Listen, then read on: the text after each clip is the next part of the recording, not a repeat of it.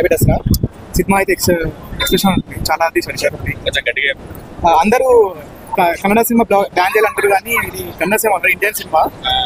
Music అయితే expression చాలా బాగుంది. ఎలా ఉంది విజువల్స్ ఎక్సలెంట్.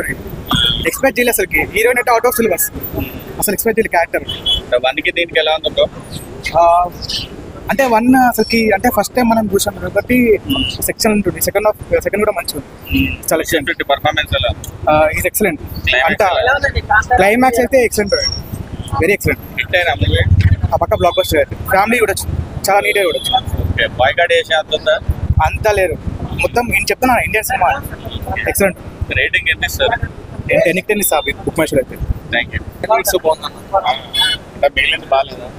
ఫస్ట్ హాఫ్ అంతా ల్యాగ్ ఉంది, మొత్తం అంతా కామెడీ అనేది కొంచెం కామెడీగా పెట్టారు. ల్యాగ్ ఉంది. సెకండ్ హాఫ్ లో 2 ఫైట్లు ఉంటాయి, చాలా బాగుంది.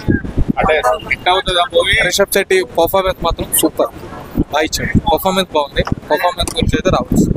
కానీ కాంతారావు 2 మీద 1 చాలా బాగుంది. అంటే చిన్న పాయింట్ బాగా లాగారు.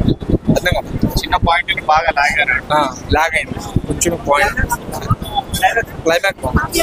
క్లైమాక్స్ హిట్ అవుతుంది. పార్ట్ 1 చెప్పలేను కానీ పార్ట్ 2 కంటే పార్ట్ 1 చాలా బాగుంది.